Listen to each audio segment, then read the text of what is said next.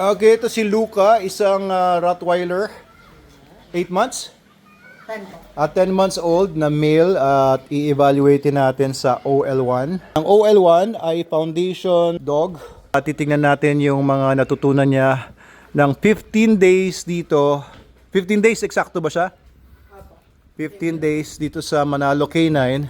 So, meron tayong evaluation forms dito. Pakita ko sa inyo. Ito kanina evaluation form ni Floki. Evaluate natin si Luca. Relationship and engagement. Foundation, obedience. Iba-ibang mga obedience commands. Household manners and impulse control. Environmental confidence. Temperament and stability.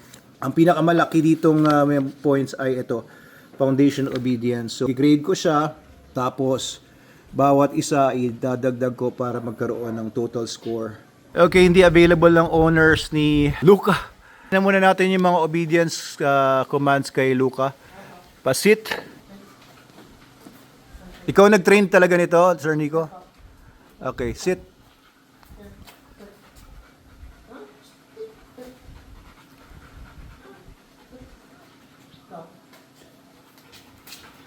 Down, stay. Okay, tingnan natin kung gaano katagal siya mag-stay. 1 minute. Ay, nag-break ng stay. Here. Nakulit pa. So, 15 days training lang itong OL1. Kapag kailangan pa ng additional days ng training ng aso, we will recommend it sa owner. Stay. Okay, tingnan natin kung mag-stay siya for more than 1 minute. Itong si Luca.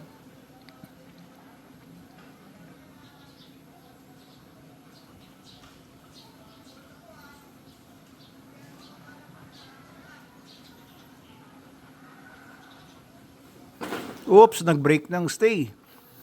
Anyway, baka kailangan pa ng additional work itong si Luca since 15 days pa lang naman yon for a perfect stay. Usually kasi talaga pag basic obedience, 1 month po namin tinetrain.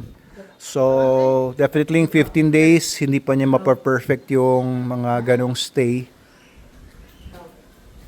Lalo na positive reinforcement lang ginagamit namin dito. Hindi takot yung aso.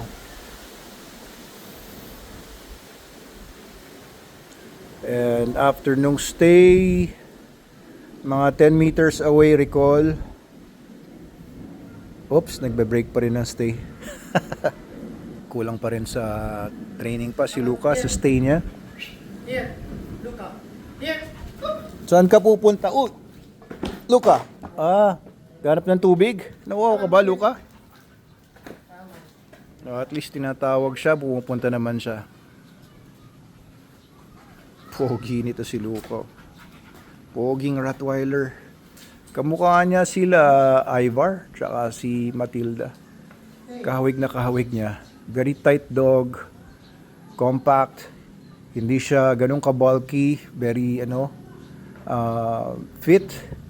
And mukhang talagang malakas na aso, hindi lanky.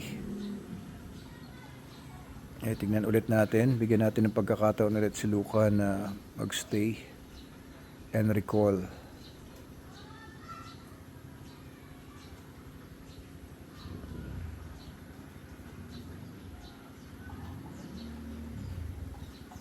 Siguro mga 1 month dapat ito dito bago niya matutunan talaga yung perfect stay. Okay. Come on. Yes. Yes, super. Okay. Okay sa recall. Pero ang mas gusto kong execution sa recall, pag tinawag, uupo sa harapan. Pang OL2 na siguro yon. Uupo sa harapan, hindi yung kung saan-saan lang siya nagpupunta. Okay, pero OL1 okay na yan.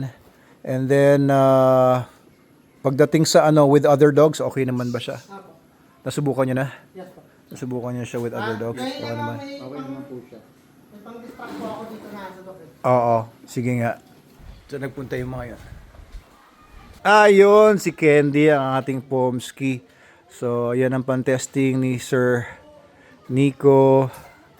Ayan, kasi big dogs tend to find small dogs strange and may tendency minsan sasaktan nila dahil hindi sila familiar. So, very important ang socialization sa mga dogs. Candy! Oh, okay ka lang, Candy? Hindi ka naharas masyado? Candy! Tara, Candy, come on! Come on! Oh, saan ka pumunta? O, ba't may pilay si Candy? Gaganon talaga yan, Dok. Ganyan lang talaga yan. Yan. Good boy!